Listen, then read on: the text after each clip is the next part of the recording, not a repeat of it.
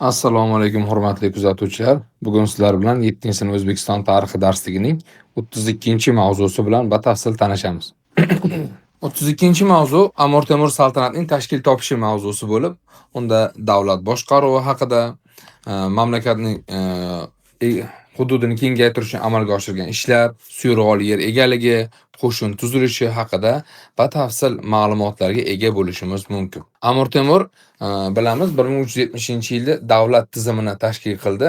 Unda davlatni boshqarish ikkita idoradan iborat bo'ldi. Dargoh va devondan. Devon bilamiz bu vazirlik. Dargohni oliy hukmdori o'zi boshqargan. Ijro hokimiyat esa devonbegi qo'lida bo'lgan. Devonbegi tasarrufiga kiruvchi bir qancha devonlar, ya'ni vazirliklar bo'lgan. Bular harbiy vazir, ikkinchisi mulkchilik va soliq ishlar vaziri, uchinchisi moliya vaziri. Bundan tashqari sarhadlar, tobe mamlakatlar boshqaruv bilan shug'ullanuvchi yana 3 ta vazir bo'lgan. Jami 6 ta bosh vazir bilan 7 ta ijro hokimini boshqaruv lavozimida faoliyat yurituvchi shaxslar mavjud bo'lgan. Bundan tashqari mamlakatda tashqi va ichki favqulodda voqealardan voqif bo'lib turuvchi 1000 nafar piyoda, 1000 nafar otliq choparlar ham bo'lgan va aynan bularning faoliyatini muvofiqlashtirib turish uchun yoki ularga qulaylik yaratish uchun maxsus Mo'g'ullar davrida joriy qilgan yomxonalar, ya'ni ularning tunab qolish uchun joylar, omborxonalar tashkil qilingan bo'lgan. Amir Temur davlat boshqaruvida asosan islom qonun qoidalariga tayangan. Qur'oni Karim, hadisi sharifga hurmati baland bo'lgan va payg'ambar avlodlariga alohida hurmat e'tiborda bo'lgan. Amir Temur o'zi egallagan hududlarni o'g'illariga taqsimlab bergan. Bu tartib bilamiz bizda 10-11-asrlardan shakllangan suyrg'ol yer tartibi edi. Va ularni 4 ulusga bo'ldi va ular quyidagicha taqsimlandi. Birinchisi Xuroson, Jurjon, Mozondoron, Seiston kabi hududlarni o'z ichiga olgan, poytaxti Hirot bo'lgan Shohrux Mirzoga berilgan birinchi ulus. Ikkinchisi G'arbiy Eron, Ozarbayjon, Iroq, Armaniston hududlarini o'z ichiga olgan, markazi Tabriz bo'lgan hudud. U Mironshohga berilgan. Keyingisi Fors, ya'ni Eronning janubiy qismini egallagan, markazi Sheroz bo'lgan Umarshahga berilgan hududlar. Va eng oxirgisi Afg'oniston va Shimoliy Hindistonni o'z ichiga olgan, poytaxti G'azna bo'lgan va keyinchalik Baxshaga ko'chirilgan bu Pir Muhammadga berilgan 4-suyrg'ol hududi edi.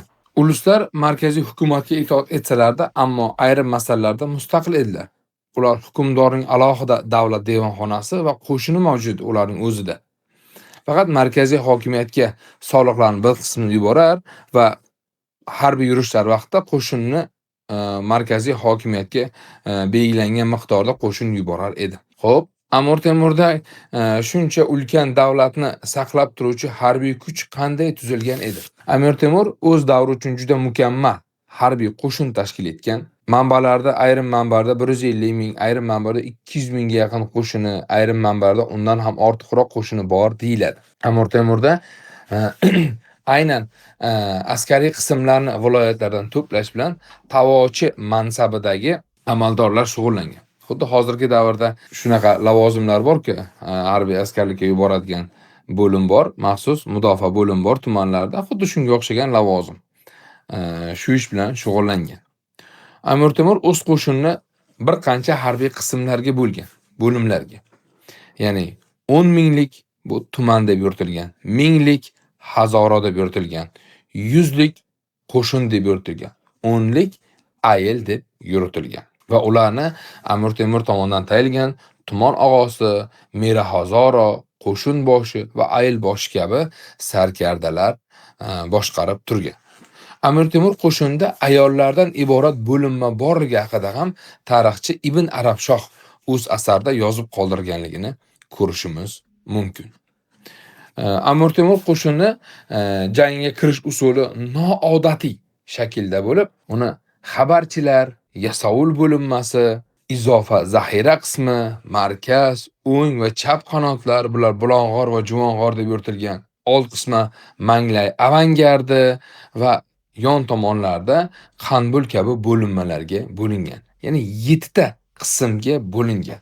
Buni Amir Temurning shaxsiy tarixchisi Sharofiddin Aliyazdi o'zining Zafarnoma asarida yozib qoldirganligini ko'rishimiz mumkin. Amir Temur aynan mana shu harbiy kuch bilan janglarda g'alaba qozongan va umuman mag'lubiyatga uchramagan. To'xtamishxon bilan 1395-yilda Tarak daryosi bo'yida bo'lgan jangda Amir Temur Kavkazda g'alaba qozonadi. Hatto aynan bu qozongan g'alaba Sharqiy Yevropa rus knyazliklarini birlashishda katta ahamiyatga ega bo'lganligini rus tarixchilari Grek va Yakubovsklar o'z asarlarida yozib o'tganligini ko'rishimiz mumkin. Bundan tashqari Amir Temur o'z saltanatining janubiy chegaralarini mustahkamlash uchun Eron, Ozarbayjon, Iroq, Shom hududlaridagi Shom bu hozirgi Suriyaga to'g'ri keladi, 3 marta yurish qilgan. Bu yurishlar tarixda 3 yillik, 5 yillik va 7 yillik urushlar bilan tarixga kirgan. Mana shu janglardagi g'alaba Amir Temur davlatining juda katta sarhadlarga ega bo'lishiga sababchi bo'lgan.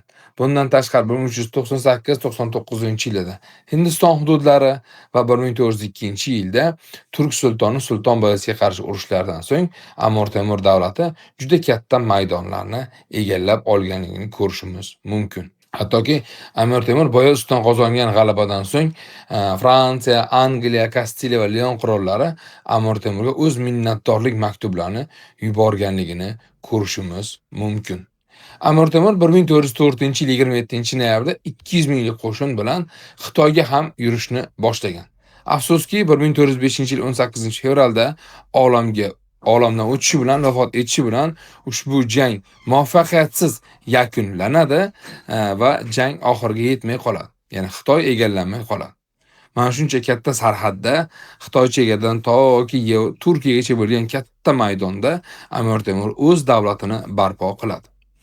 Amir Temur davlat ishlarini boshqarishda o'zining temir tuzuklariga tayangan holatda mamlakatni boshqargan.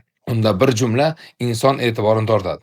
Davlat ishlarining 9 ulushini kengash bilan, faqat birini qilich bilan amalga oshirdim deydi va kuch adolatdadir degan fikrlari tahsinga sazovor.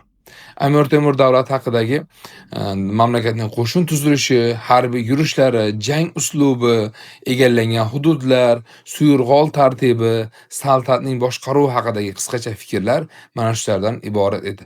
E'tiboringiz uchun rahmat.